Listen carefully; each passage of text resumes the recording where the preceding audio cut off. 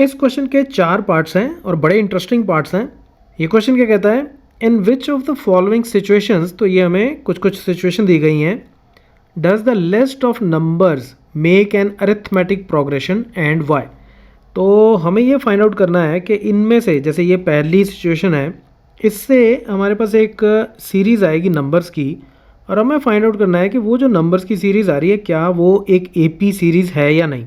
तो हम इस क्वेश्चन को पढ़ते हैं सबसे पहले।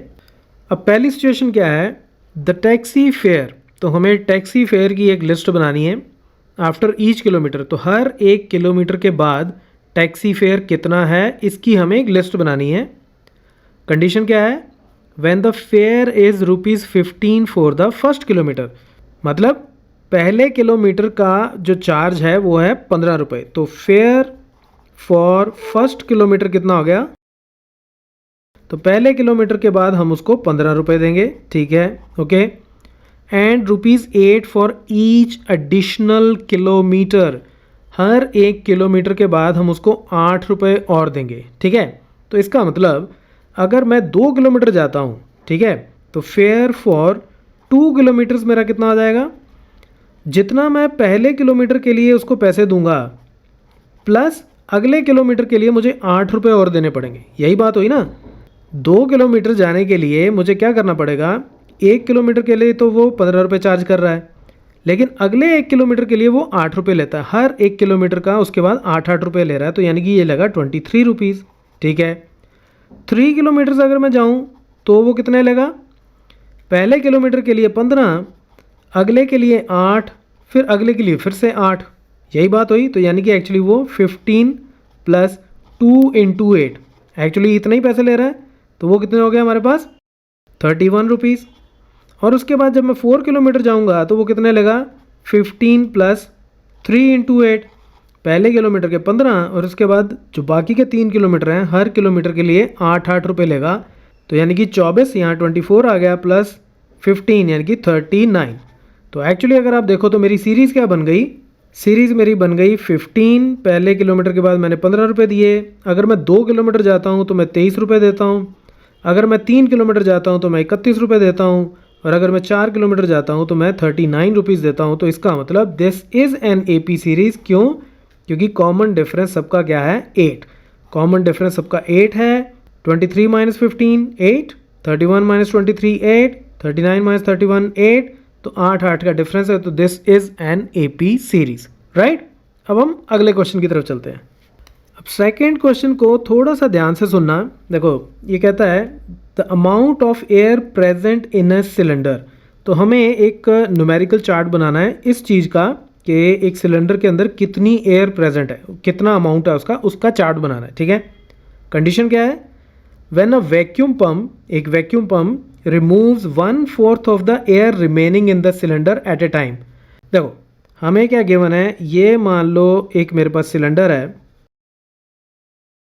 और ये सिलेंडर जो है ये एयर से भरा हुआ है, ठीक है। ये सिलेंडर जो है वो पूरा एयर से भरा हुआ है, ठीक है। अब वो ये कहता है कि हम जब भी वैक्यूम पंप में से इसमें से एयर को बाहर निकालते हैं तो जितनी एयर इसके अंदर होती है उसका 1/4 हर बार बाहर निकल जाती है और बाकी जो है वो अंदर रह जाती है, ठीक है। तो जो अंदर रह जाती है, जितनी अंदर रह जाती है हर बार वैक्यूम करने के बाद, उसका चार्ट बनाओ और देखो कि क्या वो एक एपी सीरीज़ है। देखो मैं ये मान लेता हूँ कि इनिशियली इसके अंदर जो एयर थी वो थी x, उसका अमाउंट था x, क्योंकि मुझे पता नहीं है कितनी है तो मैं x मान के चल लेता हूँ। तो लेट अमाउंट ऑफ एयर, उसको मैं मान लेता हूँ से x, ठीक है, x मान लिया। अच्छा, अब जब मैं फर्स्ट टाइम वैक्यूम करूँगा तो इसमें से कितनी एयर जो है उसको मैं रिमूव कर रहा हूँ। तो एयर रिमूव्ड कितनी है, वो है इसका 1/4, इसका 1/4, तो यानी कि x/4 तो मैंने रिमूव कर दी, ठीक है।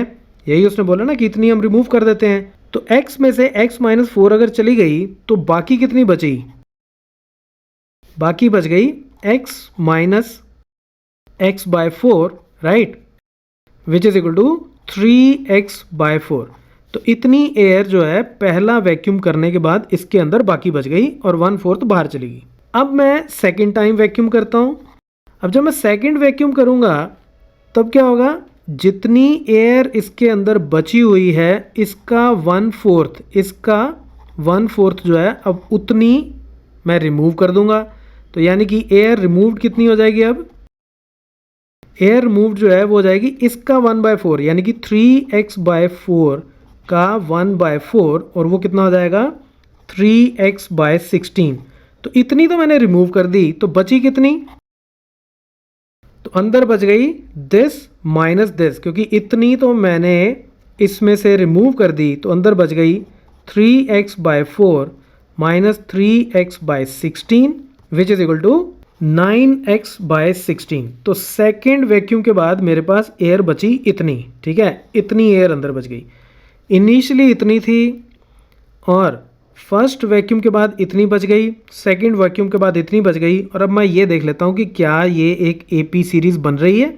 देखो, सबसे पहले x थी, फिर 3x/4 रह गई, और फिर 9x/16 रह गई।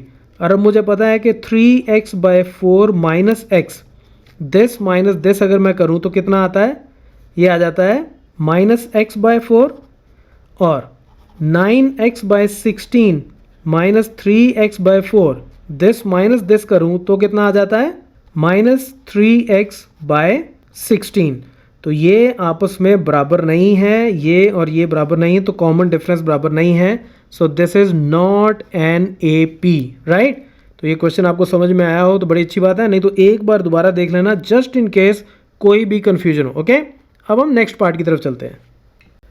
अब ये क्वेश्चन बिल्कुल वैसा ही है जैसा फर्स्ट क्वेश्चन था।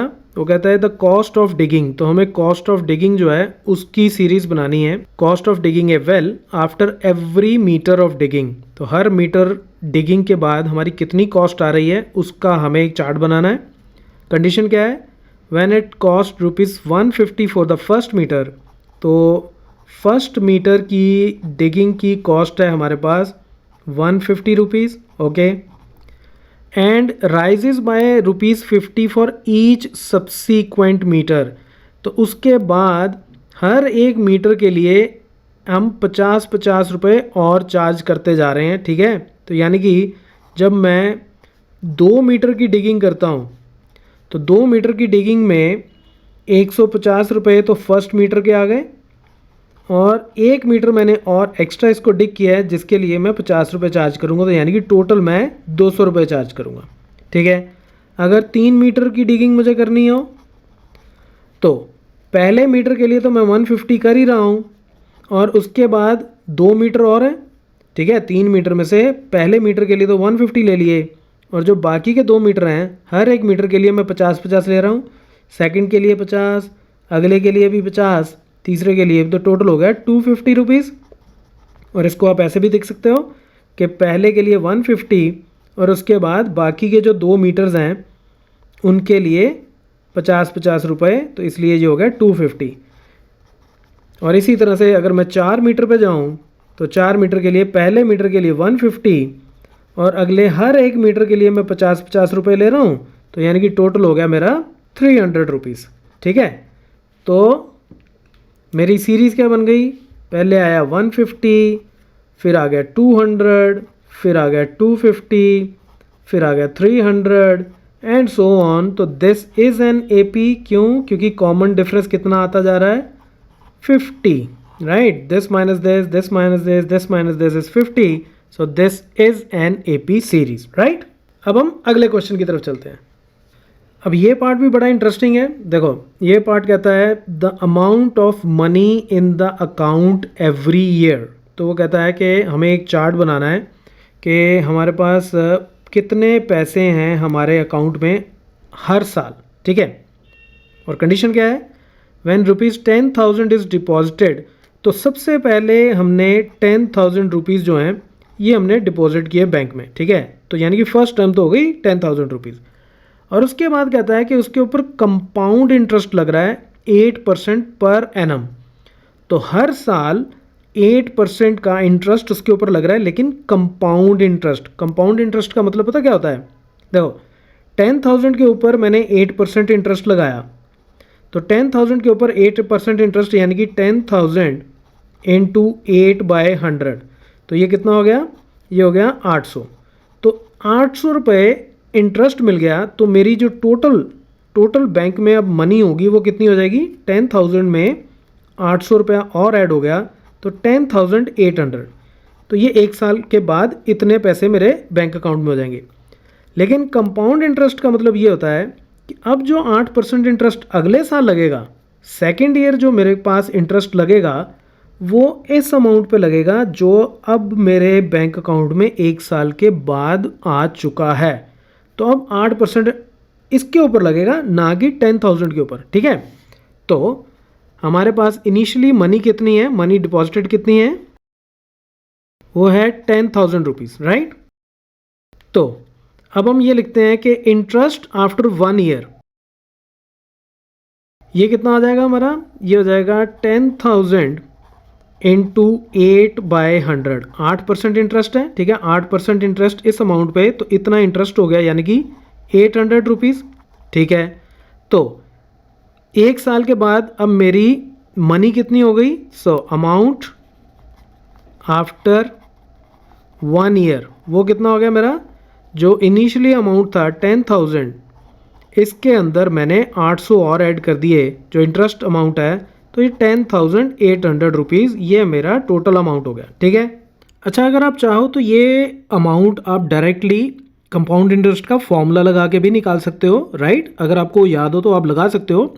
ये सिर्फ मैं इसलिए कर रहा हूँ ताकि जस्ट इन केस आपको याद ना आए फॉर्मूला, तो ये आपको कॉन्सेप्ट अगर याद होगा तो फिर आप इसको आराम से सॉल्व कर सकते हो। अब हम बात करते हैं सेकेंड ईयर की। तो इंटरेस्ट ऑफ सेकेंड ईयर कितना हो जाएगा, अब कंपाउंड इंटरेस्ट का मतलब है कि अब इसके ऊपर 8% इंटरेस्ट लगेगा, यानी कि 10,800 मल्टीप्लाइड बाय 8/100। तो ये 2 जीरो यहाँ कट गई, तो ये कितना हो गया 64 एंड 8। तो इतने रुपीज़ मुझे इंटरेस्ट मिल गया दूसरे साल का।